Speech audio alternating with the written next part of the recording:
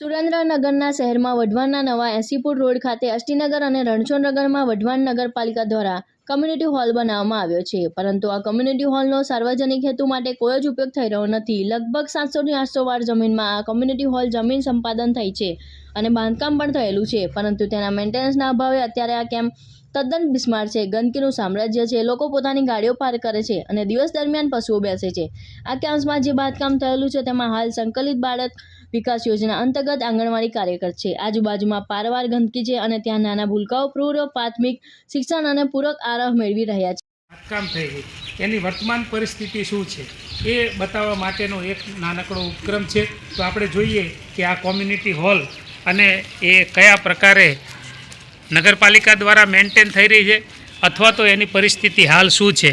આપણે જોઈ શકીએ છીએ કે આ જે નગરપાલિકા દ્વારા સંચાલિત હોલ છે એ અહીંયા દરવાજો છે, લોખંડનો દરવાજો બનાવેલો છે અને એ દરવાજો અત્યારે બંધ છે અને આપણે ત્યાં જોઈ શકીએ છીએ કે ખૂબ મોટું કેમ્પસ લગભગ 700 થી 800 વાર જમીન અને સંપાદન કરી અને કોમ્યુનિટી હોલ બનાવ્યો છે, પણ આજ સુધી ક્યારેય આ કોમ્યુનિટીનો હોલ જાહેર જનતા કરી શકી નથી। કોઈ ફંક્શનો થતા નથી, કોઈ કાર્યક્રમો થતા નથી।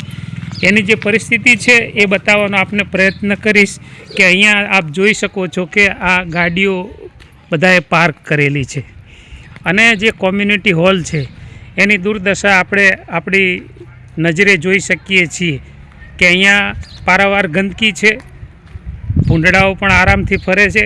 હમણાં થોડો સમય જશે એટલે ગાયો ભેંસો એ અહીંયા આવશે અને અડ્ડો જમાવીને બેસી જશે।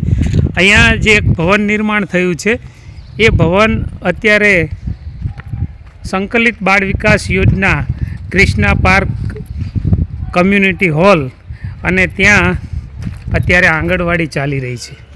આંગણવાડીના ઉપયોગમાં આ કમ્યુનિટી હોલનો ઉપયોગ થઈ રહ્યો છે અને જોઈ શકો છો કે નાના બાળકો આંગણવાડીમાં અભ્યાસ કરે તો આ કેટલી ગંદકી છે। આપ જોઈ શકો છો કે કેટલી ગંદકીનો માહોલ છે। અહીંયા ઉકરડા પણ તૈયાર થઈ ગયા છે, છાણ અહીંયા ભેગું કરી અને ઉકરડા પણ થઈ ગયા છે। ઉબડખાબડ આખું કેમ્પસ છે। આટલી પારાવાર ગંદકી અહીંયા આપણને જોવા મળશે। આ નગરપાલિકાના દ્વારા તૈયાર કરેલ કોમ્યુનિટી હોલ છે અને કોમ્યુનિટી હોલની આ દુર્દશા છે। આ સમગ્ર વિસ્તાર મોટે ભાગે અનુસૂચિત જાતિના લોકો અહીંયા વસવાટ કરે છે અને એ લોકોના સાર્વજનિક હેતુ માટે આ કોમ્યુનિટી હોલ તૈયાર કર્યો છે અને આપ જોઈ શકો છો કે